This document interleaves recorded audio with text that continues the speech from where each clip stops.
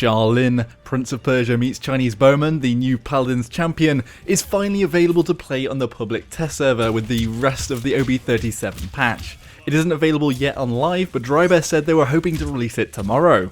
Now the big question is Sha Lin going to be any good? Well, stick around as I give my opinion on the bow-wielding Aladdin of Paladins. First of all, I have to say that being on the public test server, there are usually no player matches to join, and I can only get a 1v1 with another Sha Lin, which doesn't prove much about how good he'll be against enemy teams.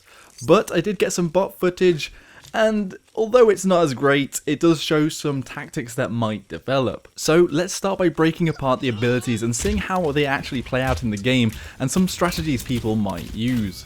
First off is the bow itself, dubbed the longbow. It's truer to the string weapon than Cassie's magical bow rifle, and basically it has drawback and has higher drop and lower damage all the way up to the 1.5 second mark of being drawn where it's fully charged, and you'll do 1100 damage with no drop off and without projectile drop. You can actually see visually there's two crystals on the bow when they light up and ping when you're fully drawn up, which makes it easy to judge when to let go.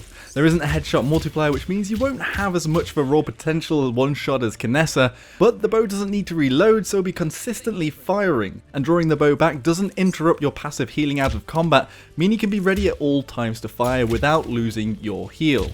But you do have a reduction in movement whilst it's drawn back, and you can jump and fire with some practice, but jumping side to side can throw your aim off a little bit. Also, as a projectile has a high travel speed and no damage drop off, I don't see many Sha Lins being too close to the action without needing to clutch pull a point. DPS wise, on left click, a lone Sha Lin falls short of Cassie, but needing less hits to do so and being able to sustain fire without reloading may nudge Sha Lin ahead on live. The right click is the Impaler arrow. What this does is it imbues your arrow with a small little knockback, and if they get hit into a horizontal obstacle, they'll be stunned for 1 second. The description states wall, but knee-high stuff and rocks seem to work the same, and this ability might be something you actually use because why not? The opportunity to actually use it to stun someone, to hold them in place, will likely only be when you're being flanked and hunted down, and one of its best uses for it in my opinion at the moment is stunning using the Q ability, and I'm going to talk about that next, which will hold the enemy in place enough to burst them down with a lot of damage. Q is planted. The description for this ability currently is really confusing. It doesn't actually explain what it does. Basically it fires 6 arrows off in quick succession that deal 800 damage before reduction on each. So it's 6 times 800, which is 4,800 damage without reduction total if you get all the hits. And that pretty much kills everything and then some if you hit all the shots. Only Fernando has more health than this attack can put out. And something else that is big, and I mean big, about this ability is that it doesn't have any drop and has a huge range. You can snipe people with it or put out a hell of a lot of damage onto a point from your sniping position. You don't even have to move closer. I have seen some of the community members going a little crazy over this ability, saying it's mega overpowered. Personally, I think against bots and training dummies, it's easy as hell to pull off lots of kills, but in live it'll be hard getting the right positioning to pull this off. You hardly have any mobility to begin with, as your escape only pushes you backwards, so getting places will be a pain. Personally, I think the range needs thinking about, maybe adding a drop after a certain distance travelled of the projectile, as it could be silly firing at a pinprick on the other side of the map, and instead giving them with a full salvo. Planted can also save you from some flankers, as putting out as much damage as possible against one target is really effective, especially as your escape makes you invisible and you can set up whilst the enemy tries to track you, though I do think in live Androxus is going to be a big pain. Using return will completely and utterly screw you over, and with them flying around it'll be hard to counter them with your left click. Buck might also be a problem once they have Haven, and if they can dodge most of your Q with their leap, they're going to be trouble. It's the same story with EV2 really. Teleport and Ice Block will be a problem. Also, if you do take an enemy Kinessa, planting is going to give them the best opportunity to get that crit on your head. The F escape ability is withdraw, and it basically just pushes you backwards a very short distance and makes you invisible. It will leave a mirage in your place that lasts for 3.5 seconds, and you'll always be thrown backwards no matter which direction you're moving in, so always think about where you want to escape to and make sure you're facing the opposite direction. Running backwards only is something you'll have to get used to, and especially if you are a Cassie roller. What makes this ability so weak in my opinion is first the short distance you are thrown back, and there are currently no cards to buff this.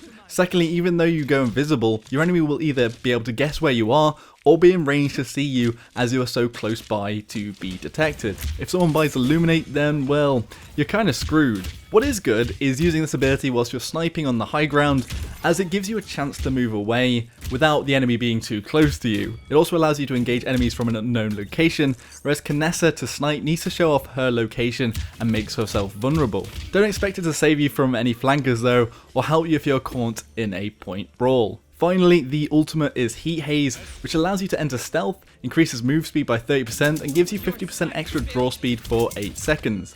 Each shot will also drop a mirage of yourself for 2 seconds.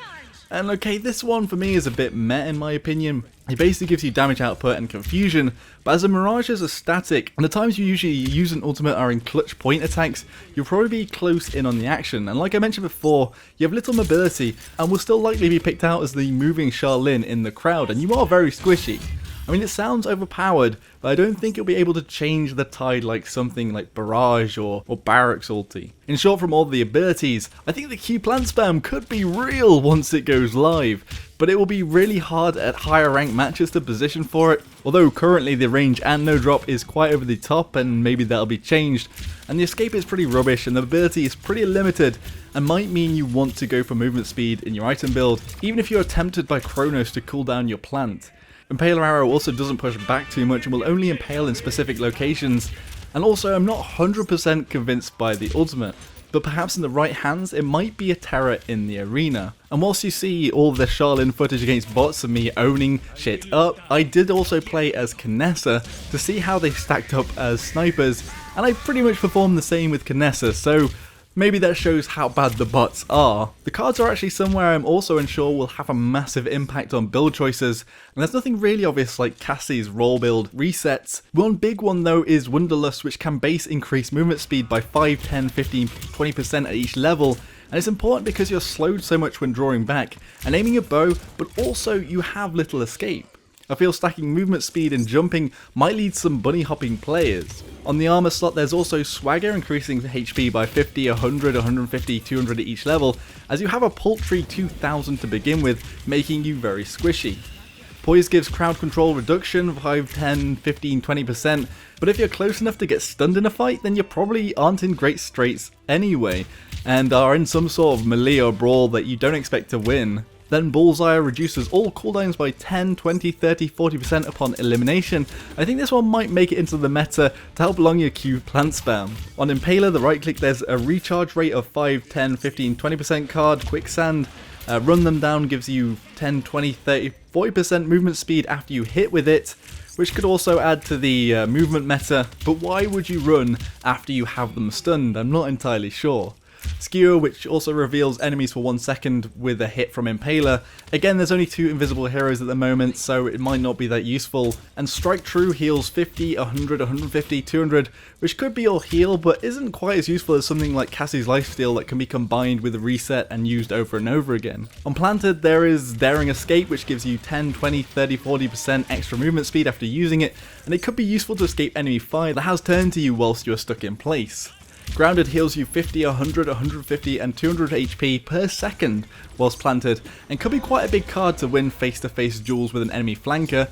Then Windwall, which reduces damage 3, 6, 9, 12% when planted, but I'm not sure whether it's enough to justify, but maybe on a build focusing with your Q ability. Master Archer is probably going to be in a lot of builds, which reduces a cooldown of planted by 1, 2, 3 or 4 seconds at each rank, so basically spamming Q is closer to a reality. Finally, Withdraw has Mirage, which reduces its cooldown by 1, 2, 3 and 4 seconds, and it might be worth picking up for just that little extra escape. Oasis heals 50, 100, 150, 200, and this might be more reliable heal than Strike True in my opinion. And Run with the Wind gives you 10, 20, 30, 40% movement speed after withdrawing, which could help with the predictability of where you land after jumping backwards and get you further away from the enemy. Finally, Shimmer gives you 10, 20, 30 or 40% damage reduction in withdrawing stealth, which could be used to help the problem of people guessing where you leaped and keeping you spotted. Out of the card choices, I think there will be some emphasis on Q cards, especially cooldown, unless it does get nerfed.